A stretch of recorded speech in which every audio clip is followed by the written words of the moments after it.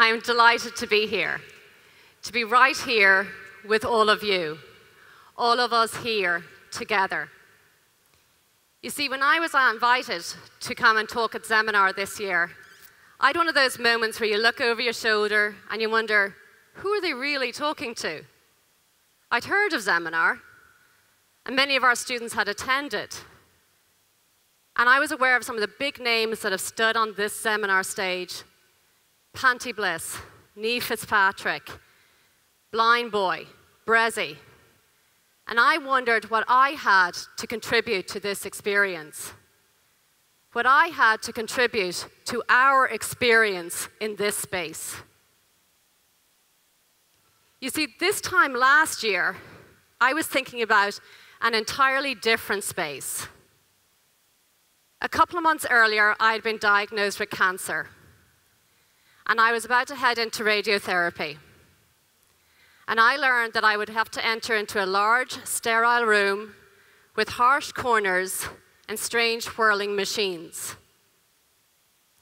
I learned that I would have to be alone in this room, on a hard table, wearing a hospital gown, which, let's face it, is the fashion statement of vulnerability. I learned that I would have to be positioned in a particular way to ensure that the radiation only went where it was targeted. And the machines were programmed to switch off if I moved, and we would have to start again. I would be on my own in this space, awkwardly positioned in my hospital-issued sheet of vulnerability. Now, they had thoughtfully placed an image of some swimming fish on a screen above me on the ceiling in order to try and keep a sense of calm. But I knew that wasn't going to cut it for me. I had 25 sessions of radiotherapy to get through. And those fish were just simply not my thing. I'm hopeless at visualizations and meditation. My mind just jumps from one topic to another too quickly. And I knew that in this lonely space, my mind might not be my friend. I had to tap into a source of distraction more powerful than my own thoughts. So I reached out to my closest friends and family, and I invited them to suggest songs that I could listen to while I was in getting treatment.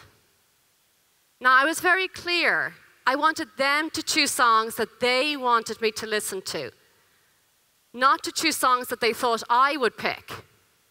I was trying to avoid an homogeneous set of songs, songs with all of the same offering.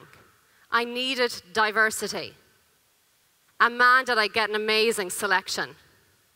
From Ed Sheeran to Perry Como, from songs from The Greatest Showman to Pavarotti, from the Fury Brothers to R.E.M., from House of Pain to The Killers. And each day I would go into this room and I'd press shuffle, and a festival of music would unfold. And the people who had selected those pieces of music for me were essentially in the room with me. I could feel their love. I could feel their support. I could feel their humor. I could feel our collective passion to get me through this stage of treatment. This mini festival was more powerful than the machines, more powerful than an individual piece of music, more powerful than me in isolation. It was pure magic. Then one day I decided I wanted to listen to a particular piece of music. So instead of pressing shuffle, I pressed play. And I went and I lay down to let the whirling machines do their thing. But when that song ended, there was silence. There were no more songs. And I was all alone. The situation was overwhelming, and the tears began to flow.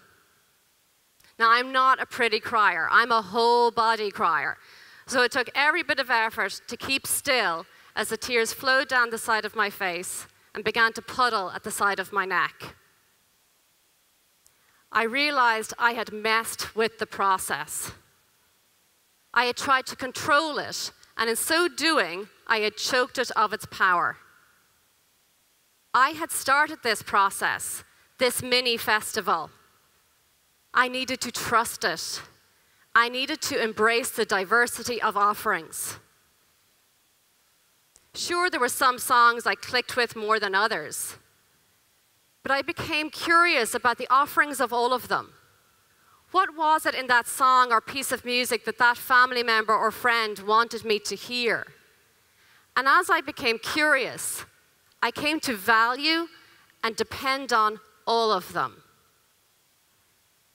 It's a bit like when you go to a music festival, like let's say an Electric Picnic, and you go to see your favorite band. But when you arrive there, you realize it feels different to when you're at home on your own listening to them in your room. There's a hum, an energy, a richness in this field that cannot be accounted for by the act on the stage.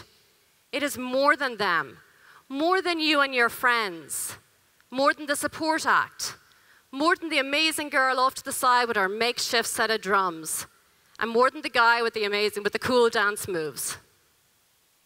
It's all of these things, and yet it's so much more. You may have gone to see a particular act, but if you allow yourself to, you realize that there's others there with the same passion, and they articulate it in diverse ways. In their dress, in their dancing, in their singing. And it's this richness that your unique presence is contributing to as well that makes the whole experience powerful. We see this in activism too. When people with the same passion find each other and realize we are not alone. You'll be familiar with 16-year-old Greta Thunberg, who has committed herself to demanding real action on climate change. Here she is sitting on her own outside the Swedish Parliament. But she is not alone in her passion. She certainly called out to her tribe, and they have responded. Indeed, many of you may be in her tribe. This is Malala Yousafzai, who at the age of 15 was shot on her way home from school for daring to go to school. Malala has gone on to be an activist for access to education for females all over the world. But she is not alone. She too called out to her tribe, and they have responded. This is Emma Gonzalez, who at the age of 18 became a survivor of the Parkland school shooting, where 17 of her schoolmates were killed and 17 others were injured. Emma is an activist for gun control, and she has rallied millions of like-minded people across the US. Her tribe is growing, and her tribe will be of voting age at the next US election. And in case you thought your residence here in Ireland was a barrier to your activism, this is our very own Joanne O'Riordan. Joanne was born with a condition called tetraamelia syndrome, which means that she has no limbs. Here she's addressing Enda Kenny, who was at the time not yet Taoiseach, asking him, what will you do for people with disabilities? To which he replied he would not cut funding. However, upon election, disability funding was cut. Joanne confronted him on this, and her tribe rallied with her. The government reversed their decision. This is Heather Jarvis, who in response to a statement made by the Toronto Police Department in January 2011, activated marches across the world in response to the victim-shaming culture that prevents so many rapes from being reported. Heather, along with her tribe, are raising awareness of the importance of education on consent. So while these activists may all have different passions, they were all brave. They stepped forward. They found their tribe, and they welcomed the diversity therein. So as you leave today, I invite you to consider your passion. And over the course of your life, it may change many times. So at the moment, it may be tackling bullying in your school, or homelessness, or being more inclusive, or access to education for ethnic minorities, or raising awareness on mental health and reducing stigma, or the rights of those who sleep tonight in one of our direct provision centres. When I was 13, I started the anti-apartheid group in my school. And we went on marches. And I like to think that our small contribution helped to challenge the mindset of some of our elders. I will never forget the sense of victory I felt when Nelson Mandela was freed when I was in 5th year. That same year, I traveled to Berlin with some friends. It was shortly after the Berlin Wall had come down, and things were still uncertain for the German people. And I am very proud of my efforts to take down some of the Berlin Wall. So your passions will surely change too over your lifetime, reflecting the times that you will live in. When you find your passion, be brave and be generous with your unique contributions, and you will find your power. And be open and inclusive of the diversity of your tribe, and then you will find your power. And it's in this space, with the collective powers, the strength of the diversity of your tribe, that will deliver the power of us. So find your passion, and you will find your tribe. Find your tribe, and you will find your power. And together, we will find the power of us. Thank you very much.